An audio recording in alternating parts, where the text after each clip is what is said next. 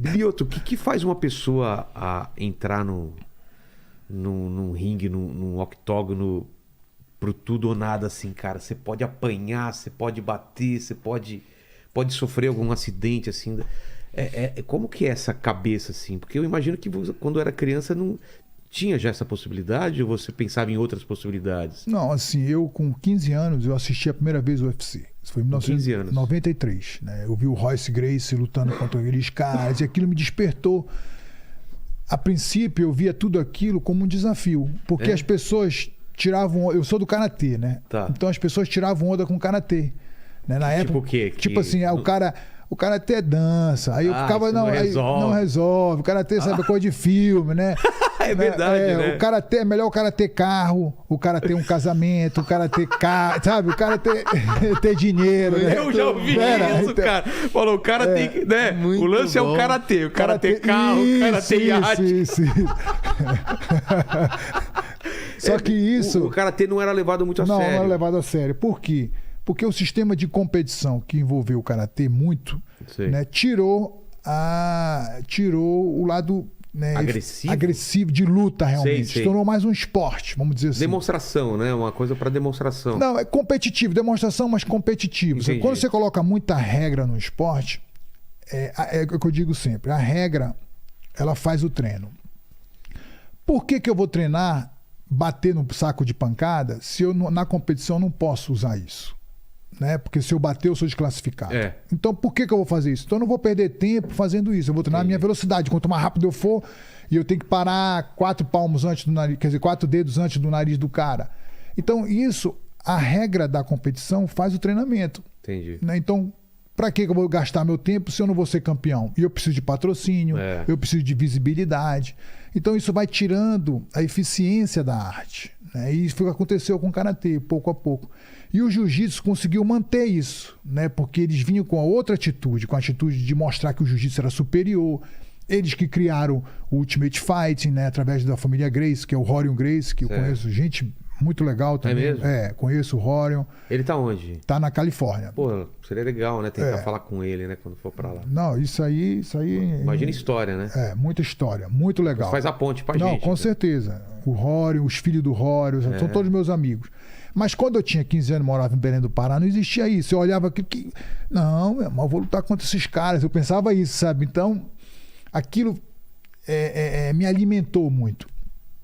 E aí, eu comecei a treinar, que começou a ter jiu-jitsu na academia do meu pai, né? Meu pai é um mestre de karatê, imigrante e tal.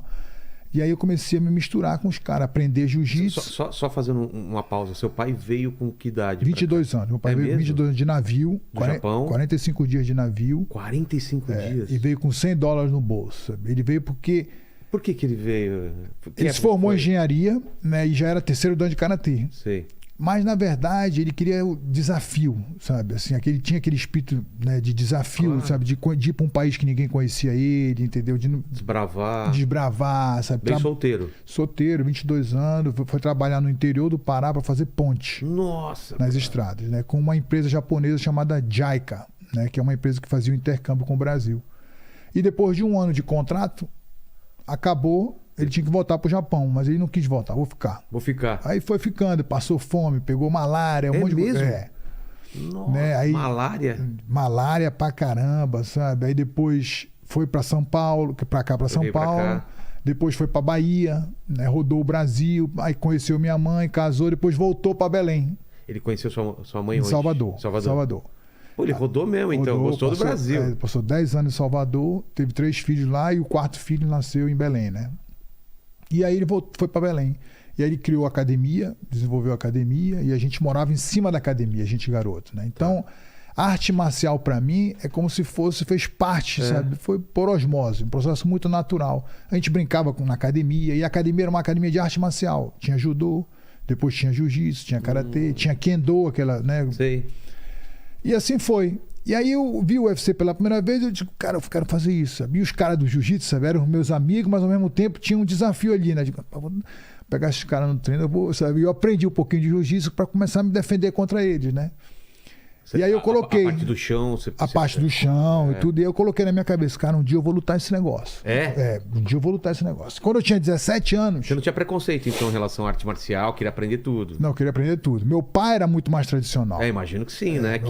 Meu pai dizia assim pra mim, Nhoto, isso é coisa de vagabundo. É mesmo? Esse negócio de ficar rolando no chão aí. Ele dizia, porque o Vale Tudo na época, era chamado, né? Esse coisa de vagabundo, você tem que estudar, sabe?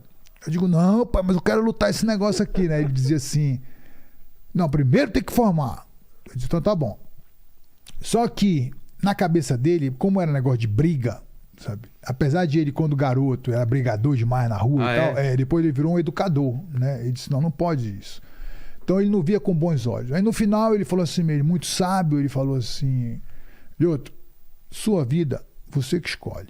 Se você não está indo contra os princípios da vida, né? Matar, roubar, princípios de Deus, então, se você é feliz, é você. Se você é triste, é você, né? Então, aí ele tem que ele não fala muito bem, né, português assim. Ele fala, então você se fuda. Sabe? Você se fuda. Você que se fuda mesmo, se você quer seu caminho. Aí eu comecei, né? Quando eu tinha 17 anos, ele via o meu gosto por esse esporte, né? Então ele ficava assim, ele falava assim, pintou a primeira competição de Vale Tudo, lá em Belém. Todo mundo falava, vai ter competição no ginásio. Quantos anos nessa época? Eu tinha 17 anos. E aí... Meu pai falou, Lioto, você fala toda vez, gosta de... Então agora eu vou escrever você essa competição. Olha só, virou. 3 lutas numa noite, né? Não tinha luva, aquele negócio todo. Sei. Aí chamou meu irmão. Xizô, vem cá. Escreve, Lioto, essa competição. A gente foi, comprou o short, né? Comprou a coquilha e tal, comprou o protetor de boca, vamos lá. Comecei a treinar. Digo, rapaz, eu tava nervoso, né? Porque pô, os caras tudo homizão e eu com 17 anos, né? Aí o organizador do evento chamou e falou assim, ó, eu tava inscrito já, ele falou assim, Lioto, vem cá, quero conversar contigo. Cara, é o primeiro evento, 1994. Eu tô com medo, cara, sabe? Tu é menor de idade. De dar alguma merda, né? Vai que sobrar pra mim, cara, sabe? Então, eu convidando uns segurança de boate, sabe? De noite pra fazer a luta aqui. E tu muito garoto ainda, eu acho melhor tu sair fora, sabe? Aí meu pai, não, pô, deixa ele lá, pô, não quer isso. Não quer? Agora vai. Aí eu disse, então tá bom. Aí o cara pegou e falou isso, aí ele falou, ó, melhor tirar ele. O cara falou, eu não quero me responsabilizar, eu não sei, pode acontecer um acidente feio e tal, primeiro. Pode ser que não, mas... Aí meu pai, então tá bom, então sai. Aí me tirou. Mas eu fiquei com aquilo na cabeça, né? E aí depois pintou uma oportunidade de ir pro Japão, né? Um amigo do meu pai, né, que era um... Mas essa competição como foi pra você? Eu fui assistir, né? Mas eu não competi esse campeonato. Mas né? E aí? Você viu? Eu via, fiquei mais animado. Rapaz, eu acho que eu ganho desses caras. Tudo. É mesmo? Eu pensava assim. Claro, né? Moleque, 17 anos. Moleque doido pra brigar, sabe? Aí eu peguei e disse, não, eu quero lutar, meu irmão, sabe? Aí quando foi um japonês, Antônio Inoki, muito famoso no Japão, ele passou no Brasil e chamou e me escolheu, sabe? Falou, tem um filho de japonês aqui, ó, aí tem aquele cara lá. Aí fui lá, fiz uns testes e me levou pro Japão. Aí fui fazer parte do escritório dele no Japão. Qual que era a ideia dele? Porque ele tinha um escritório que lançava os lutadores no Japão. Ele treinava? Não, ele é muito famoso. Ele já lutou com o Muhammad Ali, esse cara. Em 1975. Mas ele é boxeador? Não, ele era WWE. Sabe aquele WWE Pro Wrestling? Aquele... Qual que é? Sei. Aquela luta meio que... Sei, meio... mas não é, sabe assim? E não é, né? Tem uma história. Então, o que aconteceu? Ele me levou pro Japão... Eu comecei a treinar, fui para Tailândia, né? Depois fui para os Estados Unidos, comecei a lutar pelo escritório dele. Aí foi como se fosse um padrinho para mim. Entendi. E aí depois... E te pagava uma grana fixa? Mensal. Um salário para eu trabalhar para o escritório dele, para representar o escritório dele. E por luta, um dinheiro a mais por luta. Entendi. E aí depois acabou o contrato, eu continuei seguindo a minha caminhada sozinho, né? E a minha esposa sempre fez parte, né? De tudo isso comigo, porque a gente se conheceu muito jovem, né? Você já nessa época você já estava casado com ela? Não, a gente namorava. Eu comecei a namorar ela com 15 para 16 anos. Nossa! E a gente tá junto até hoje. E aí... Caramba, isso aqui é... Quanto tempo? Vai fazer 30 anos, né? 30 anos. Olha só. E você tá com quanto tempo com quem você tá namorando? Faz 3 meses. 3 meses. Você vê a diferença, né? Aí... Então a gente continuou e ela sempre me apoiou, né? Apesar de eu fui morar sozinho, fiquei um tempo sozinho, depois voltei, casei com ela, depois quando tinha 24 para 25 anos. Quando eu fui embora para o Japão, eu tinha 22 para 23 anos. Tá. Aí passei praticamente um ano fora. Quando eu tinha 24 para 25 anos, a gente casou. Voltou pra Belém? Aí voltei para Belém, né? E comecei a fazer meu treino lá em Belém e me tornei campeão do UFC treinando em Belém, né? Continuei treinando, acreditando no que eu sempre fiz. E como que é essa entrada no UFC? E aí depois que eu saí do escritório dele, eu conheci o meu empresário hoje, que é o Joinha e o Ed Soares, né? São dois empresários que foi empresário de muita gente aí também. E eles me ofereceram um contrato. Aí eu fui para um evento menor, chamado WFA, Tá. e o evento faliu. Como assim? Aí eu não conseguiu fazer a terceira, quarta edição. Nossa, tá. E aí o UFC foi e comprou os contratos, entendeu? Aí eu fui para o UFC. Entendi. Automaticamente você foi Já absorvido. fui absorvido pelo UFC. Aí comecei a fazer, aí fiz... Que era o que você queria, né? Que era o que eu queria. Aí eu fiz... Do início da carreira eu fiz 16 lutas invicto, né? Até me tornar campeão.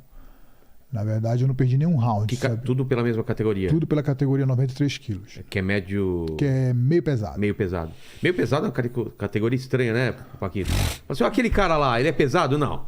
É meio pesado. Ele não é pesado nem leve. É, não é pesado nem leve, é meio pesado. Isso aí. Foi exatamente isso, sabe? E aí, Qual que é o peso? 93 quilos. 93 quilos. Tem quanto de altura? Eu tenho 1,85. Ah, tá, é alto. Mas aí depois eu fui vendo, eu fui trocando de categoria, fui para outra categoria de baixo. Porque Por quê? a geração que chegou depois, né, que é a geração John Jones, os caras, os outros campeões que vieram, tudo muito maior do que eu. Ah, é? É porque eu nunca perdi realmente peso para lutar nessa categoria. Tudo maior e no mesmo peso. Tudo Então, maior, por exemplo. Maior envergadura. Maior envergadura, maior de altura. Isso né? tudo é vantagem, né? Claro, e o peso também. O peso também faz Por exemplo, diferença. eu sempre pesei 94, 95 quilos e lutava em 93. Tá. Eles vinham de 103, 104 quilos, desidratavam Baixava para lutar. e no outro dia voltavam para 102, 103 quilos. Mas né? com a mesma estrutura, né? Com a mesma estrutura de um peso pesado. Né? Exato. E eu não. Então, eu fui campeão assim. Né? E depois eu fui instruído, digo, não, Pra baixar você tem que usar essa estratégia Claro. também para baixar. Ah, é por isso que baixa a Por isso categoria. que baixa muito, sabe? Os caras eles só desidratam, na verdade. Né?